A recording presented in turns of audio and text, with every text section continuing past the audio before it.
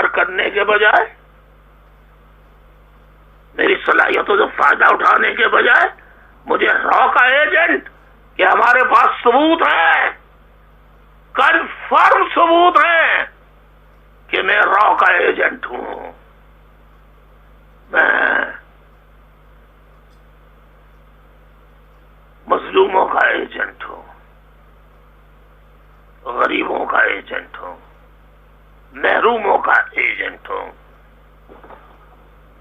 मैं किसी मुल्क का मुझे एजेंट बनना होता तो जब मरहूम लेफ्टिनेंट जनरल जिनका इंतकाल हो गया,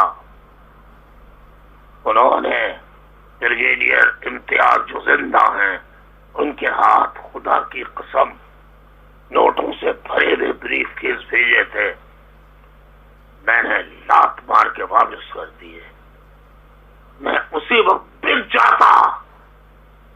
ये टेलीविजन पर उन्होंने कहा है आके, लेकिन ये चीजें नहीं दिखाते, अब बार बार नहीं दिखाते। वो